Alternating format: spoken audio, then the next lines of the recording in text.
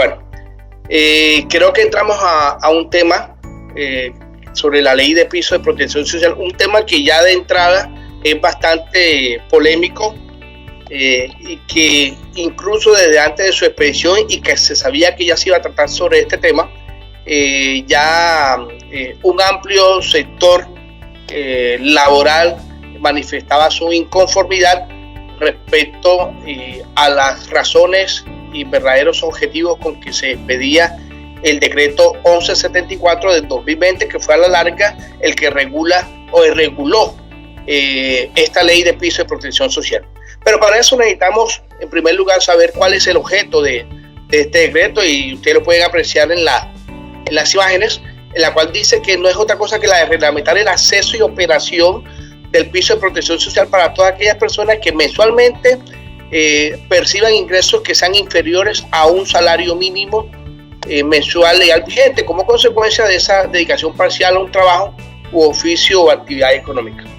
Vemos en este decreto asistentes que el fin de ello o la normatividad lo que busca es darle una protección a aquellas personas que vienen percibiendo por debajo de ese salario mínimo.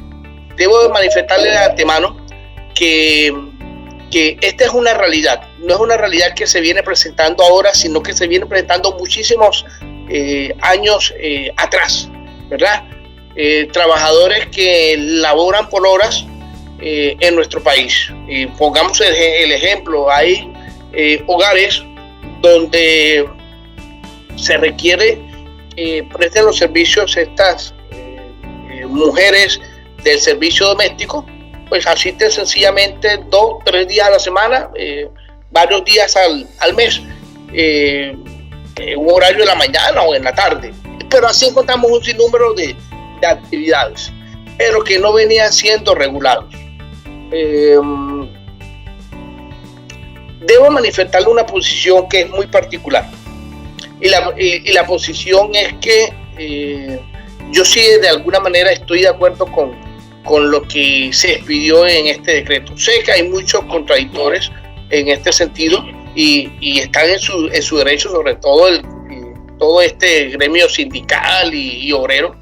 Sin embargo, creo que estamos frente a una población que estaba abandonada y que sigue abandonada, y que de alguna manera el gobierno nacional ha querido intervenirlos. Pero repito, se tratan de trabajadores o de personas que vienen ganando por debajo de ese salario mínimo, y que lo que se busca, entre otras cosas, estimados asistentes, es que los empleadores o los contratantes de ese rubro que ellos están ganando se realice un aporte equivalente al 15% de ese ingreso suministrado, como lo veremos más adelante. Vamos a mirar unas estadísticas en las cuales se basó el gobierno para la expedición de este decreto. Para el año 2019, 24.7 millones de personas eran los que tenían esa capacidad de poder trabajar en nuestro país. Sin embargo, de esa cifra podemos sacar que 22.4 millones de personas eran los que estaban laborando. Eso nos reflejaba más o menos un índice de desempleo de 2.3 millones de habitantes. Sin embargo, la cifra puede ser mucho más escandalosa o menos alentadora cuando nos damos cuenta que 14.1 millones de trabajadores estaban en condiciones de no poder cotizar en el sistema de pensión. Esto era algo muy preocupante y bastante alarmante. Peor aún, las cifras nos reflejaban cuando a mediados del año pasado la cifra de desempleo era de 10.7. Podríamos decir que eran cifras manejables en comparación a los últimos gobiernos, a los últimos meses que se venían manejando quizás unos índices un poco superiores. Sin embargo, si lo comparamos un año posterior, en julio de este año, esas cifras se duplicaron. Y las razones ya las sabemos. Sencillamente la pandemia que estamos viviendo, la crisis sanitaria, laboral, la crisis económica, que no solamente se está viviendo en nuestro país, sino en todo el mundo, en todo el planeta.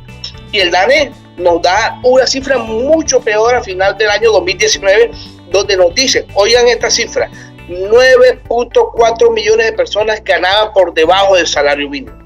Caramba, una cifra altísima, donde los índices de pobreza en nuestro país son verdaderamente alarmantes. Miren el equivalente, 47%. Era una realidad que de pronto muchos de nosotros queremos ocultar, queremos desconocer, pero realmente esto es así. Muchas personas ganan por debajo de ese salario mínimo. Y miren las cifras, que es lo que nos muestran. Ahora, hay algo que es muy cierto y no podemos ocultar.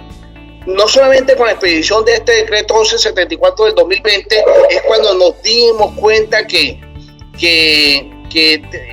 debíamos proteger o buscar una protección a estas personas que ganaban por debajo del salario mínimo. No, si nosotros buscamos el Plan Nacional de Desarrollo 2018-2022, nos damos cuenta que ya esa idea se venía cocinando por parte del gobierno nacional. Y eso lo reflejamos en la ley 1955 del año pasado, donde en su artículo 193 se buscó allí y estaba señalado allí que las personas que tengan relación contractual laboral o concesión de servicios por tiempo parcial y que en virtud de ello percibían ingresos inferiores a un salario mínimo debían ser vinculados al piso de protección social. O sea que esta idea no es nueva del gobierno nacional, ya venía desde el año 2018 y indudablemente, repito, es una realidad no del 2018 sino de muchos años anteriores. Entonces, ahora, también aquellas personas que no tuvieran ningún tipo de vinculación o hayan suscrito ningún tipo de contrato de prestación de servicio, la ley dice, oblíguense a que sean vinculados al piso de protección social. Entonces, es algo que realmente por parte del gobierno no surgió de la noche a la mañana. Aquí tenemos dos visiones que van a ser importantes para el desarrollo de esta temática. Uno es la visión laboral y dos que es la visión de la seguridad social, desde la seguridad social. Frente a la visión laboral, ya yo les dije, realmente yo sí creo que a pesar de las muchas conjeturas que pueden sacar todos los sectores económicos y en fin, gremios, desde el lado mío, desde la perspectiva mía, aquí no hay una verdadera reforma laboral, porque eso es lo que se está diciendo, que hay una reforma laboral. Yo diría más bien que lo que hay es un complemento a esa reforma laboral. ¿Por qué? Porque es que las normas siguen intactas, las normas no han cambiado. Si nosotros miramos o analizamos muchos aspectos de este decreto, nos vamos a dar cuenta muy sencillamente es que los salarios se van a mantener. O sea, nadie va a poder trabajar por debajo del salario mínimo porque eso es un derecho mínimo y vital y móvil que tenemos todos nosotros.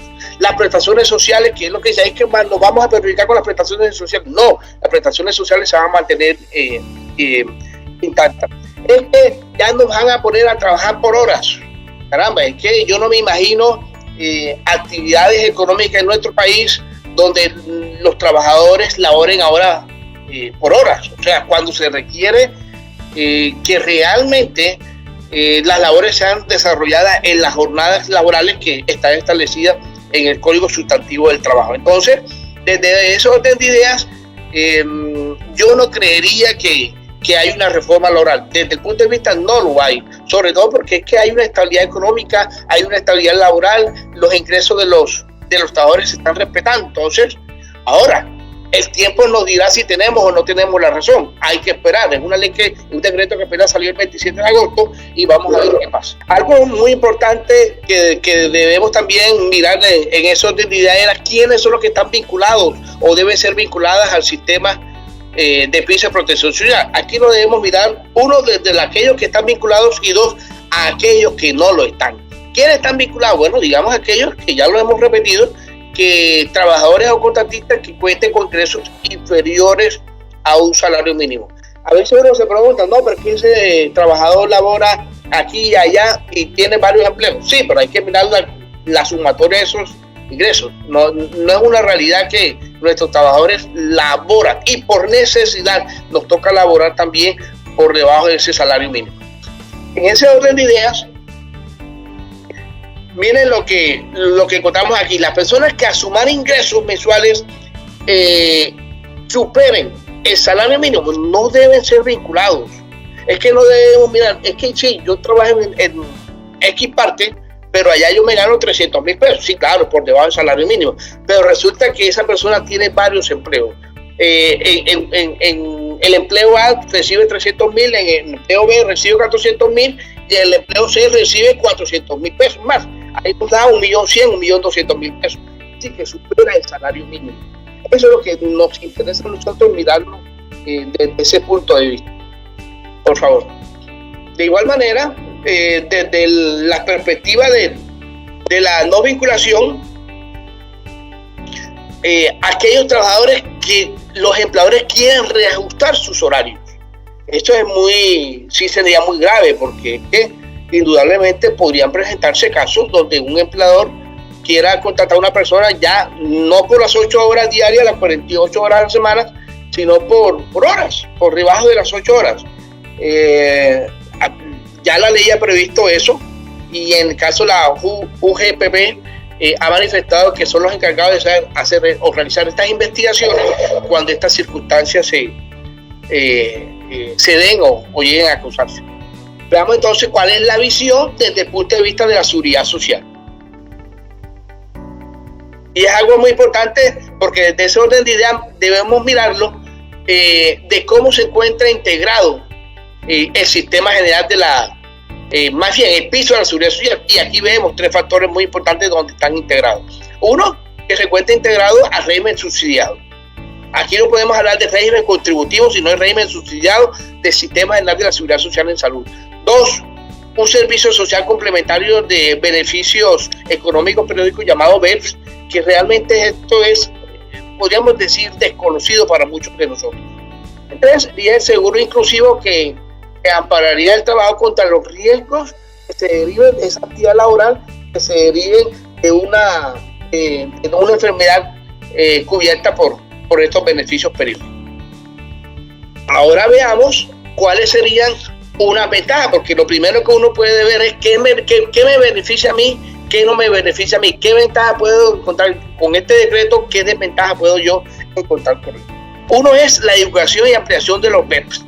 Vean, les aseguro, si nosotros hacemos una encuesta de qué son los BEPS y se lo preguntamos a un trabajador o a una persona que no esté vinculada a la seguridad social, que no cotice, no tiene la más mínima idea, no tiene la remota idea de lo que es eso, ¿verdad?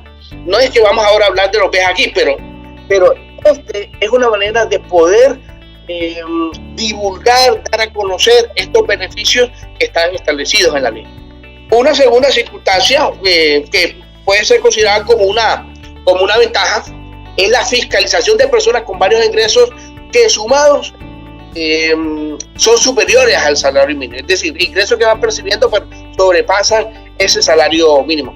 Ya lo dije en un principio, la UGPP es el ente que se encarga de investigar a aquellos empleadores que en algún momento dado quisieran cambiar como que esa modalidad de un trabajo estable a un trabajo por hora.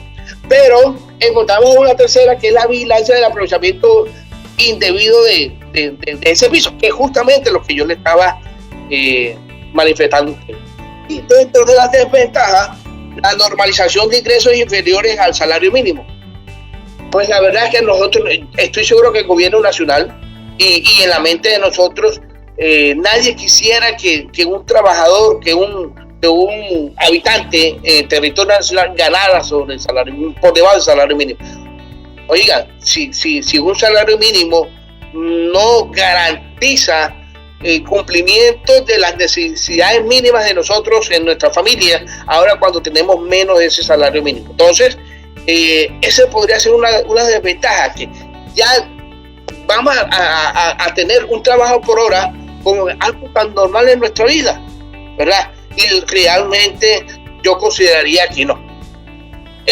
Otro sería la exoneración de aporte a la seguridad social de esa clase trabajadora. Aquellos trabajadores que devengan por debajo del salario mínimo no tienen derecho a cotizar en el sistema, van a tener derecho a los beneficios periódicos que ofrece el sistema, y ese es una desventaja. A mí no me van a decir que es mejor un BEPS que una pensión, y eso es justamente lo que nosotros podemos observar en la tercera desventaja, que es ¿cuál? el no otorgamiento de prestaciones económicas. Vean lo perjudicial que trae la ley, ¿verdad? Y es que no vamos a tener derecho a una pensión de vejez. Yo no podré pensionarme por invalidez, no podré pensionarme por sobrevivencia. No tendré derecho a incapacidades o licencia de paternidad o de maternidad. Porque si hay algo que este sistema o esta normativa nos trae, es que definitivamente ellos no van a recibir prestaciones económicas. Esa era la intervención. Espero que haya sido del agrado de ustedes y de pronto una próxima oportunidad nos podamos ver. Muchas gracias.